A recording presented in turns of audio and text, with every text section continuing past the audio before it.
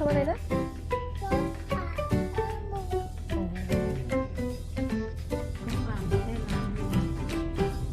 พี่สายฟ้านกทำอะไรนะ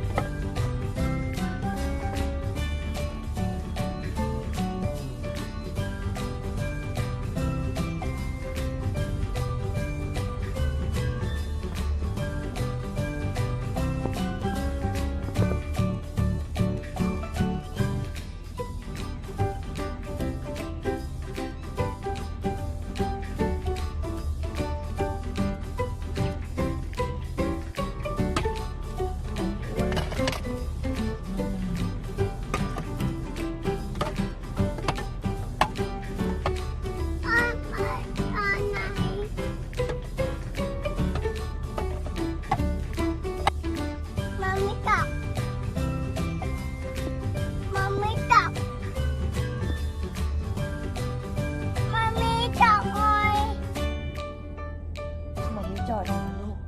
อ๋อให้มามิไปจอดตรงนั้นนะคะโอเคพี่สายฟ้าจะไปดูอะไรอ๋อครับทำอะไรพี่สายฟ้าเปิดไม่ได้หรอก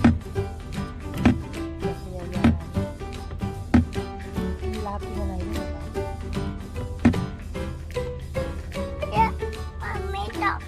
โอเคเดี๋ยวมามิพาไปดูใกล้ๆ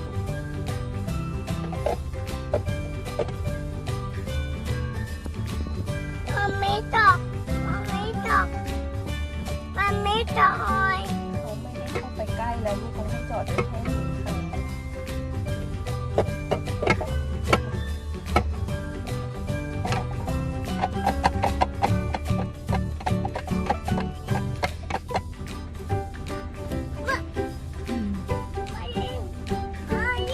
ม้าลายวิ่งครับ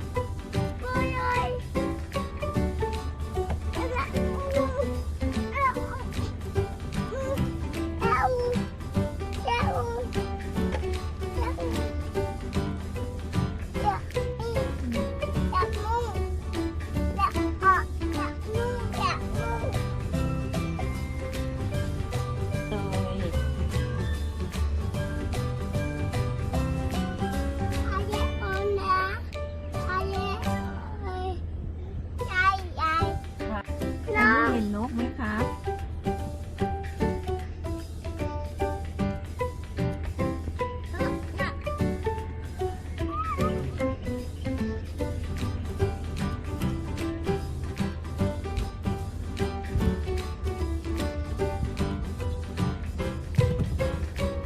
ตรงนอมันเนี่ยเคยดูในสารคดีว่าเขาบอกว่ามันไม่ใช่กระดูกไม่ใช่เขายายเห็นแล้ว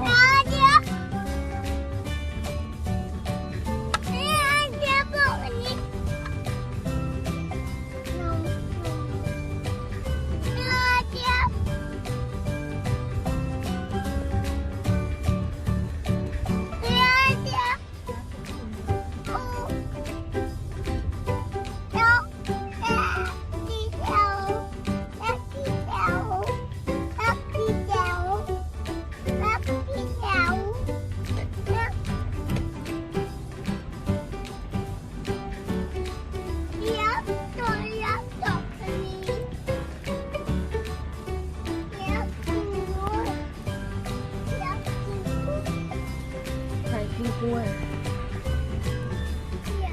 ดูแลผิดด้วย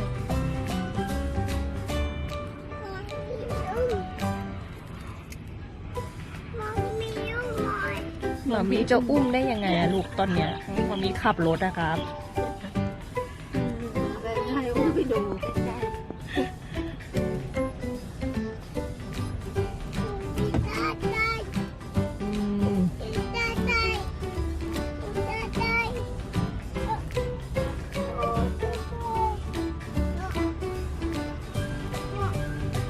นกอะครับพี่พายุเอามามีอยู่นะเอามา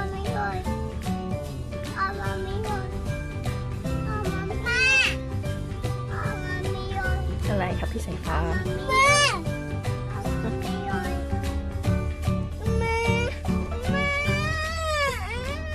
น้องอยู่แม่ที่ตอนนั่งอยู่เดียว ครับเสือลูกเสือ ที่ตอนนั่ง เสือครับ อันนี้เสือนะครับพี่สายฟ้า ที่ตอนนั่งอยู่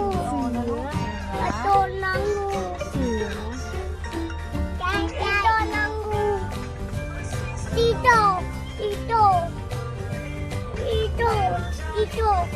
เสือลูก อันนี้เสือนะครับ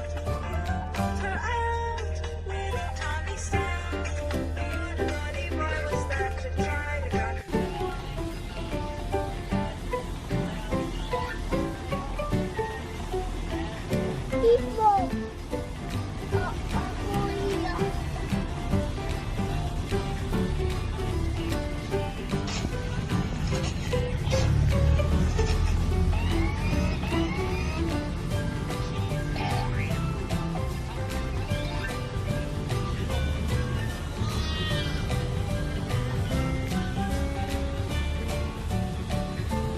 ที่โตไม่มาน้องบิงอ่ะที่ตาหนาที่ตาโน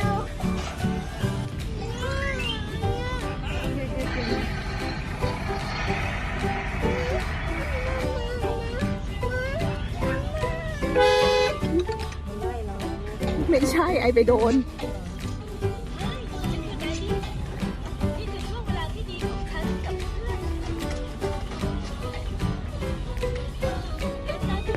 พี่สายฟ้า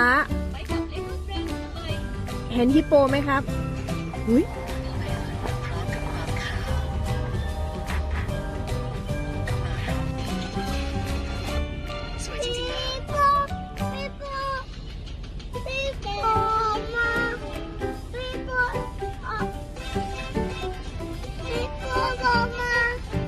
ฮิปโปออกมา